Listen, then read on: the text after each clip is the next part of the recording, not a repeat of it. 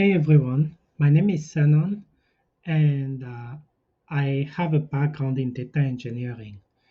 Today I want to talk about how to run a simple linear regression in Excel. If it's something you didn't know before, it is possible to run regression analysis in Excel. And the way to do that is, of course, first you need to have your data. That will have both your x variables and your y variable. Your x variables are your predictors.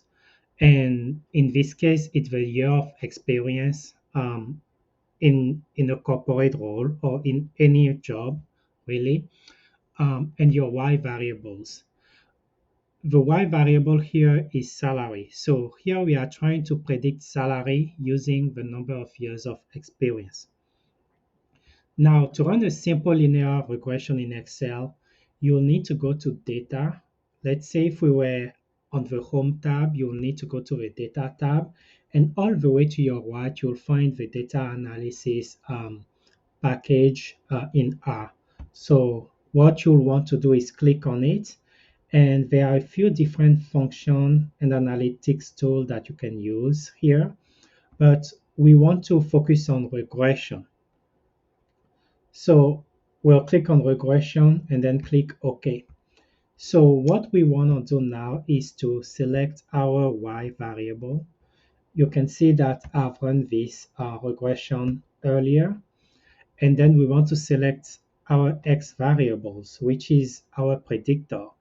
In this case, the predictor is the number of years of experience. And here I'm going to name it regression 2. It's going to go on a new tab. And I checked to see the residuals. And then I also checked labels to let Excel know that I have selected the labels. And then we click OK. So what Excel is going to do is to create a new tab with all of your regression statistics here. A couple of things you want to pay close attention to are your R square and adjusted F square if you have a lot of X variables. In this case, we only have one X variable, so we can stick to R square. But it's often great to kind of keep an eye on adjusted R square as well.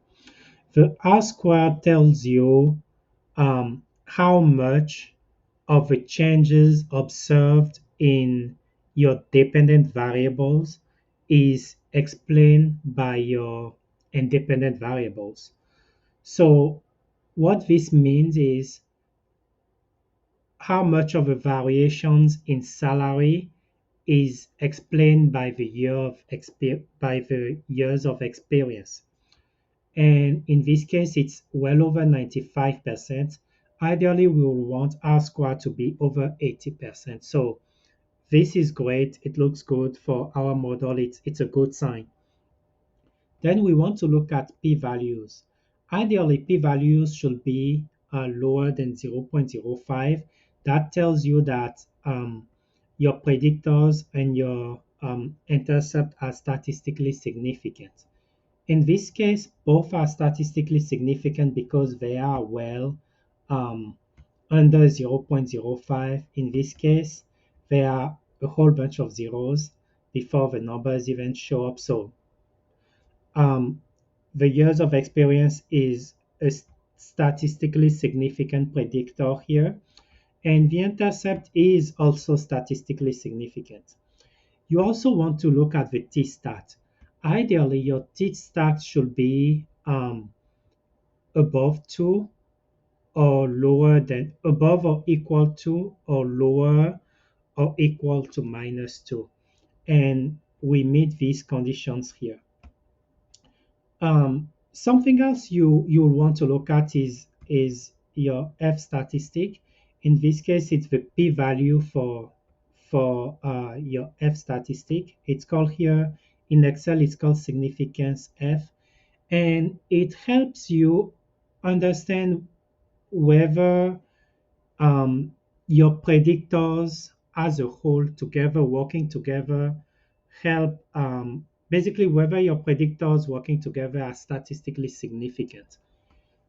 And this is what we are observing. It is statistically significant because the value is again lower than 0.05, which is what we want to see.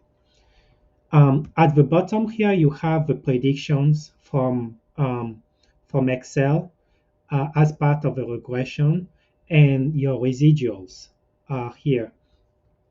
Now, something I would like to go over is, okay, how do we interpret these results? What do they tell us?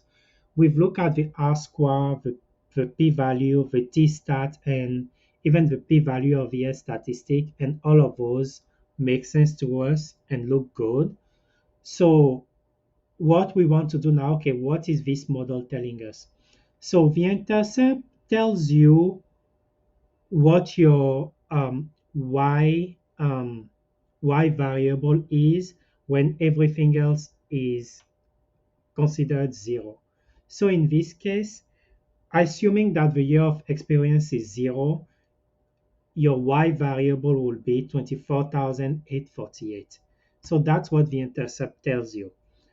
The year of experience, the coefficient here for the year of experience tells you that for every single increase in the year of experience, like for every unit, every additional unit in terms of years of experience, an individual can expect 9,449.9 unique increase in salary. And the formula that gives us in this case will be y, which in this case is the salary that we are trying to predict, equal 24,848, right? 0.20 plus 9,449.96 times whichever increase in salary um, times whichever increase in years of experience. My mistake. Whichever increase in years of experience of whatever the years of experience is. So this is a formula that we get from this model, and we can use this formula um, to predict salary in this case. So we have a good model. We check that the model does a good job and is accurate, and we also got the formula that's needed from the model.